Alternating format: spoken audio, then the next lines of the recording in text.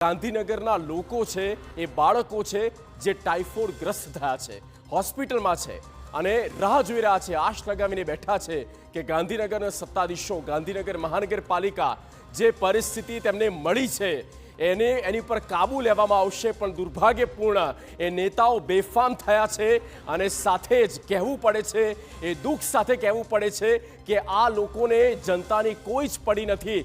Cricket રમી રહ્યા છે અને ક્રાઇસિસનો સમય છે તેવામાં ક્રિકેટની મજા માણી રહ્યા છે। સૌથી મોટી શરમજનક બાબત એ છે કે મેયર ગાંધીનગરના મીરા પટેલ આ સમયે ક્રિકેટ જોઈ રહ્યા છે, મજાના પ્રેક્ષક બનીને તેઓ બેઠા છે, ઓડિયન્સમાં બેઠા છે અને સામે જે સિક્સરો મારી રહ્યા છે તે જોઈ રહ્યા છે।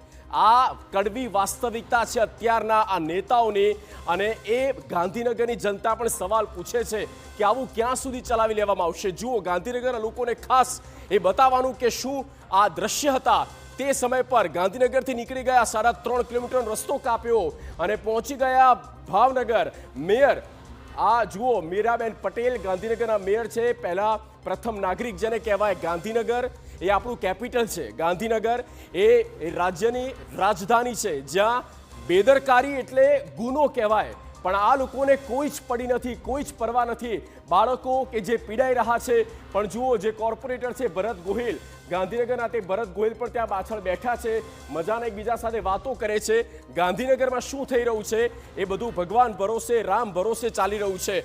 નટુજી ઠાકોર ડેપ્યુટી મેયર છે ગાંધીનગરના, એમના દ્વારા તો એવું પણ કહેવામાં આવે છે કે ક્રિકેટ રમવું પણ જરૂરી છે, અમે તેની ઉપર પગલાં લઈશું પણ લેશો ક્યારે?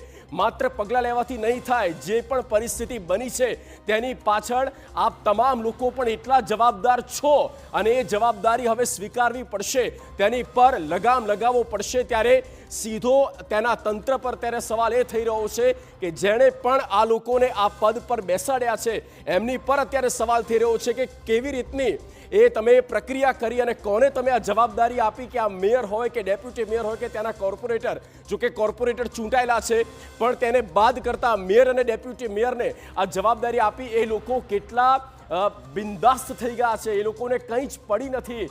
બાળકો કે જે પીડાઈ રહ્યા છે ગાંધીનગરમાં, આ દૂષિત પાણીએ હાહાકાર મચાવ્યો છે, અનેક લોકો હજુ પણ હોસ્પિટલના બિછાને છે।